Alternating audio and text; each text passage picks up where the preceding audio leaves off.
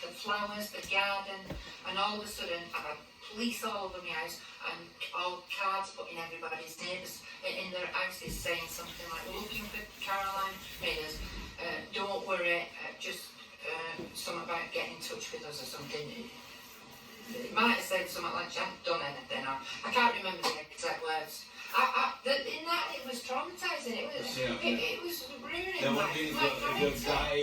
Yeah, but it were about to get worse. Yes. So he stood at the door and I just said, I don't consent, I don't know anything, whatever I said. And I could see him on the phone to somebody there. You can't get into my back garden because there's like a ginnel. And I don't know if they were jumping around the back of everybody's house at this stage. But I just said, they wanted to come into my house. Now I've been told by a friend, if you've not done a crime, you've not done anything wrong, you don't have to open your door to these people. That's true. Because you live in your private. You've never done anything wrong. Yeah, so I said, I don't consent, and the next thing they said, we will smash your door down. And I said, I don't consent, so I shut the little window I'd been talking to, and then I went and sat down, and then it went on, and they smashed the door in, and they all came running in. I was that stressed at that stage I didn't know how many were in, because as they were banging the door, or they were getting ready to come in, they were all in my back garden, and you can't get into my back garden, you've got to climb over our neighbours. So I must have looked like some major drug lady on selling drugs or something. My neighbours, or elderly neighbours, would have all thought that. And then when they started smashing the door out and they came in, and then I sat on the settee, they all run round the house, and they had one young girl police officer staring. She wasn't. I sat down and I didn't know she was staring at me until I looked up, and I'm very fast and I caught her looking at me. So I was being treated like some criminal. I felt like a criminal. And then the major man, the bad man, he came down and he said, no one's here, why don't you just open your door? And I looked at him and I said, because I didn't have to do. Yeah. And then they just all left. And I was really traumatised by that stage. And then, in fact, I still suffer. So they came to see if Kenny was hiding in your house? Yes, they presumed. A week later, after me singing all my house, and we was out for the day, lovely day trips, and we'd gone, carry on, don't even look at them police outside my head, just carry on because it had to be these two. And I don't even know where Kelly now at this stage was, because I can't use my phone. You passed around, Because you start to learn, even though you've done nothing wrong, you start to learn that your phones are all hacked up now. Yeah. You can't talk to no one. You can't even ring another friend and say, can you look after my friend on all this mafia and horrible people are after him? You just stop. So what's the state of play with you now? So basically, I still get, since that day, I'm trying to get stronger all the time, but I don't like people knocking on my door. Yeah. And not in that way. Yeah. And then, so I don't know what date it was, but later on, a month or two, was it September or October, I can't remember the date, my daughter was planning on going to Mexico with a boyfriend. You said it was the beginning of October, around the 5th? 5th, was it the 5th? And my son had been driving my car. My car, I've always been a good citizen, taxed and insured. But my son had been driving it all the time because I'd been driving. But he weren't insured for that car. So he said to them, he will take her to the airport at 3 in the morning or whatever time it was. So then we went, yes, so they all set off to the airport, and as soon as they got into the airport, they were pulled by the armed police, and they jumped on them. All of what? Yeah, armed police jumped on them, and they, going what my daughter said, because my daughter was very distressed. This was like a couple of months after the August now, isn't it? Yeah. So the armed police jumped on them on what basis? Yes, and they wanted to know whose car it was, and my son were at it, it's my mum's. And they're at it, when did she get it? It's connected to something down south, this car. And I can't remember the full story there, but basically I was under surveillance, and my car was under surveillance, and they must have thought I were getting them out of the country. You were smuggling her out? Yeah.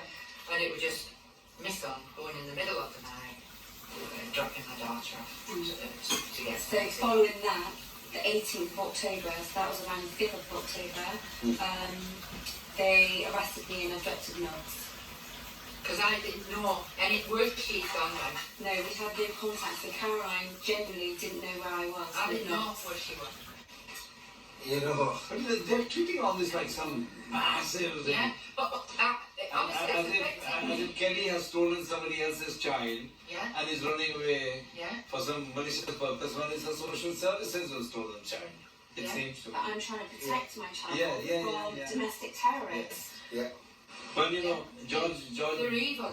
George Bernard Shaw said all professions are a conspiracy against the law. George Bernard Shaw said once you become a professional, same with most doctors in a very milder way. When a patient I'm retired now, would come to me, I would not read the notes. Because if they are leaving a practice across the road, obviously something's happened.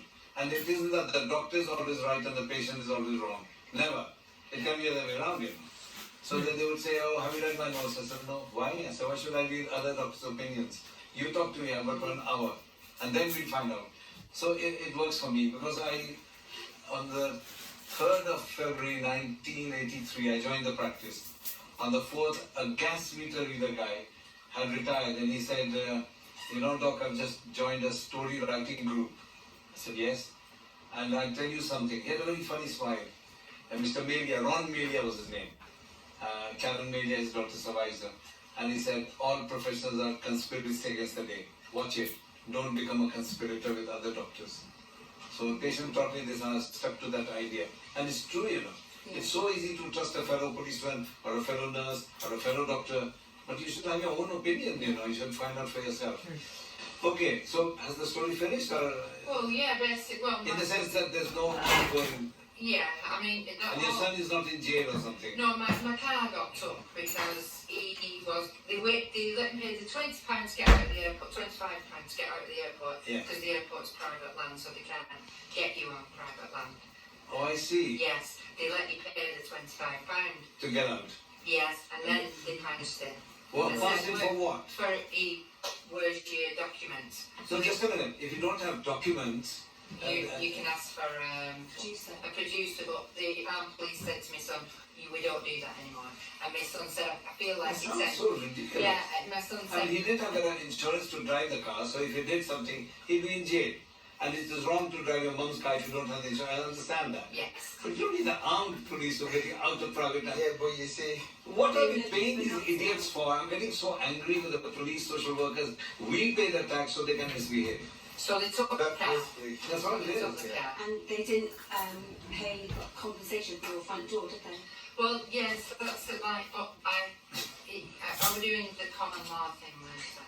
And what about your neighbours suspecting? Well, they'd look at me very strange. That's what I'm saying. Yes. What compensation is for that damage? No, there is none. My reputation has been ruined. I've lived all my life on that street near enough, and my reputation was ruined. I mean, luckily for me, I'm quite a strong. Okay, so we'll finish the show before Sayyid and I get arrested for milking. Thank you very much for your very painful stories. I mean, these stories are bizarre, but they're all true. And I hope as people get together that there is some justice. And again, most of all, thank you to Ramsey for being such a strong character. Yes, and This room is filled with strong people, you know. So thank you very much. Good night.